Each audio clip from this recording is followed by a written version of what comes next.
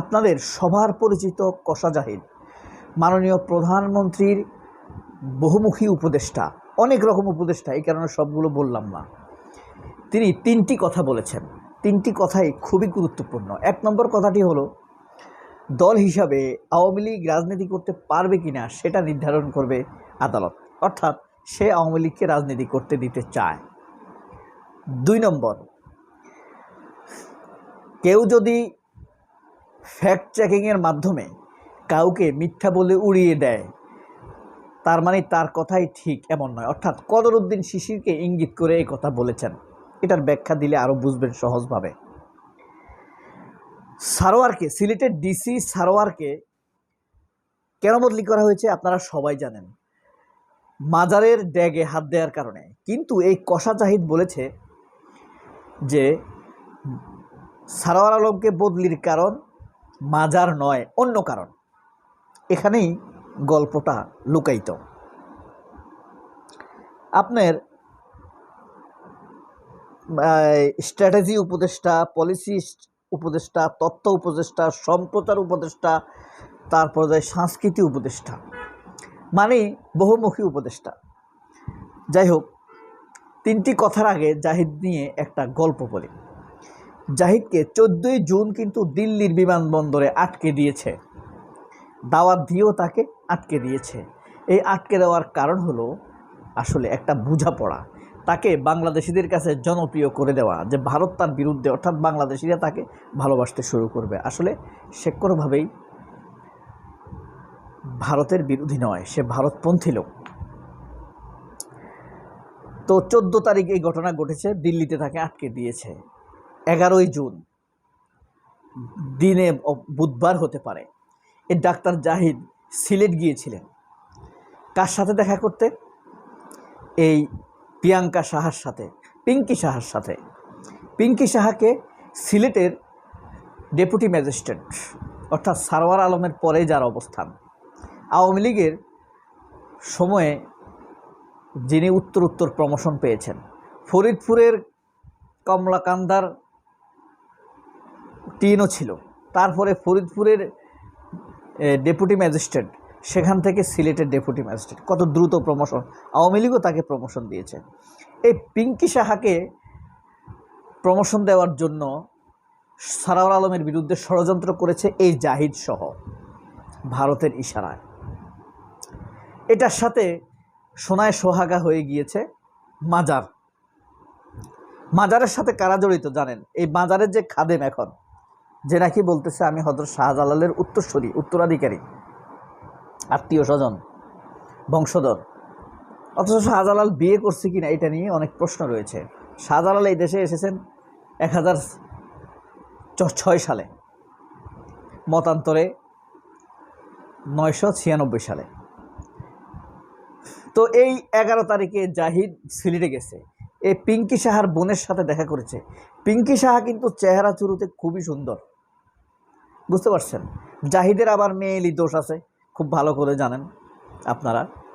আমরা এর আগে তার অতীতে ঘটা, এদেরকে আমাদেরকে আবার বিশেষজ্ঞ হিসাবে উপস্থাপন করে আমাদের সামনে টেলিভিশনগুলো, বুদ্ধিজীবী, চরিত্রহীন বুদ্ধিজীবী। যাই হোক, এই হলো আসল ঘটনা। জাহিদ যে বলছে আজকে যে সারোয়ার আলমকে বদলি করার কারণ মাজার নয়, অন্য কারণ, এটাই কারণ। কারণ জাহিদ যে পিঙ্কি সাহার বোনের সাথে দেখা করেছে, পিঙ্কি সাহা এটা ভিডিও করে রেখেছে, অর্থাৎ জাহিদের গোপন ভিডিও পিঙ্কি সাহার হাতে রয়েছে। ওই কারণেই সারোয়ার আলমকে বদলি করেছে পিঙ্কি সাহার কথা অনুযায়ী। এই তো বুঝতে পারছেন? জাহিদ নিজে বলছে আপনার মাজার সারোয়ার আলমকে বদলির কারণ নয়, কারণ আসলে তাইলে কি বলে নাই কিন্তু সে, কারণ এটাই। তাইলে একটা একটা করে ওই তিনটা কারণ বলি। দল হিসাবে আওয়ামী লীগ, আদালত ঠিক করবে আওয়ামী লীগ রাজনীতি করবে কিনা। আজকে কিন্তু পলাশী দিবস, মানে নবাব সিরাজউদ্দৌলার হত্যা দিবস, শহীদ দিবস, পলাশী দিবস, স্বাধীনতার সূর্য অস্তমিতি দিবস। আজকে নাকি আওয়ামী লীগের প্রতিষ্ঠা বার্ষিকী। আমাদের দুঃখের দিনে তোদের আনন্দের দিন হয় কিভাবে? যাই হোক, এই দিনেই জাহিদ বাণী দিয়েছে যে আদালত ডিসাইড করবে যে আওয়ামী লীগ রাজনীতি করতে পারবে কিনা, বেয়াদব বেশি। অর্থাৎ সে আদালতকে মোটিভ করে আওয়ামী লীগের পক্ষে রায় দেওয়াবে এই জাহিদ, মনে রাখবেন। 2, ইন্টারমিডিয়েটের এক ছেলের নামে মেকি মিথ্যা ফটোকার্ড বানিয়ে তা ছড়িয়েছে ছাত্রদল, যে জাইমা রহমানকে সে অপমান করেছে। পরে দেখা গেল সেটা ফেক এডিটেড ফটোকার্ড। হ্যাঁ, এবং ওই ছেলেকে শিবির হিসেবে পরিচিত করা হয়েছে। ঠিক ডাকসুতে যা করা হয়েছিল, ডাকসুতেও একই অবস্থা, এডিটেড ফটোকার্ড ছড়িয়ে শিবিরের নামে করা হয়েছে। এটা পরে প্রমাণিত হয়েছে এটা মিথ্যা, ফেক ছিল। আর সারোয়ারকে বদলি করার পেছনে অন্য কী কারণ সেটা তো আপনাদেরকে ব্যাখ্যা করলাম।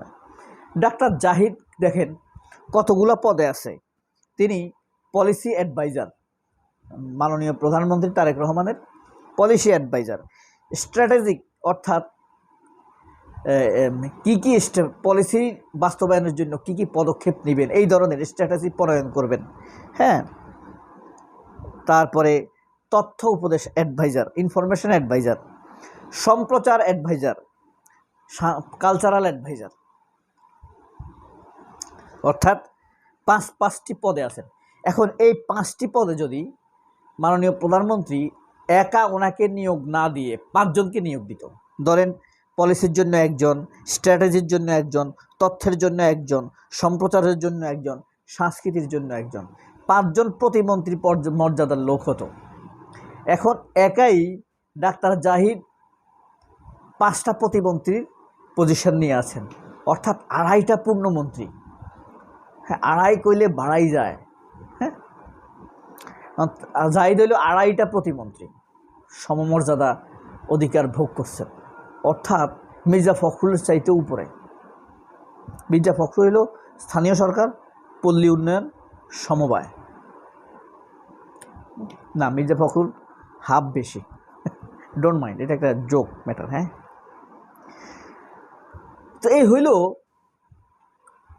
জাহিদদের পলিসি প্রণয়ন, ইন্ডিয়ার সাথে কিভাবে ডিল করবে।